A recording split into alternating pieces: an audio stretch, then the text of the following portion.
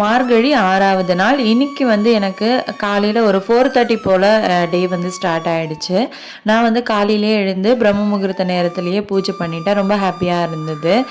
சனிக்கிழமை அப்படின்றதுனால நான் வந்து சங்கு கோலம் போட்டிருந்தேன். ரொம்ப நாள் கழித்து புள்ளி வச்சு கோலம் போட்டிருந்தேன். ரொம்ப பர்ஃபெக்டாக வந்துருந்துச்சு. இந்த கோலம் எப்படி இருக்குன்னு சொல்லி மறக்காமல் கமெண்ட் செக்ஷனில் கமெண்ட் பண்ணிவிடுங்க. மார்கழியில் எல்லா நாளுமே நான் வந்து பிரம்ம முகூர்த்த நேரத்தில் எழுந்து பூஜை பண்ணணும் அப்படின்னு மைண்ட்லேயே வந்து பெர்மனெண்ட்டாக அலாரம் ஃபிக்ஸ் பண்ணியாச்சு. அதனால் அலாரம் அடிக்கிறதுக்கு முன்னாடியே டெய்லியுமே வந்து அந்த டைமில் விழிப்பு வந்துடுது. இந்த 5 நாளை விட இன்றைக்கி பார்த்திங்கன்னா நான் ரொம்ப ரிலாக்ஸ்டாகவே பொறுமையாக கோலம் போட்டிருந்தேன். ஏன்னா வந்து பசங்களுக்கு லீவ் விட்டாச்சு. இதுக்கப்புறமா நம்ம ரொம்ப ஹரிபரியாக வந்து எந்த வேலையும் செய்ய தேவையில்லை. அந்த டைமிங் அப்படின்றத வந்து மெயின்டைன் பண்ணவும் தேவையில்லை.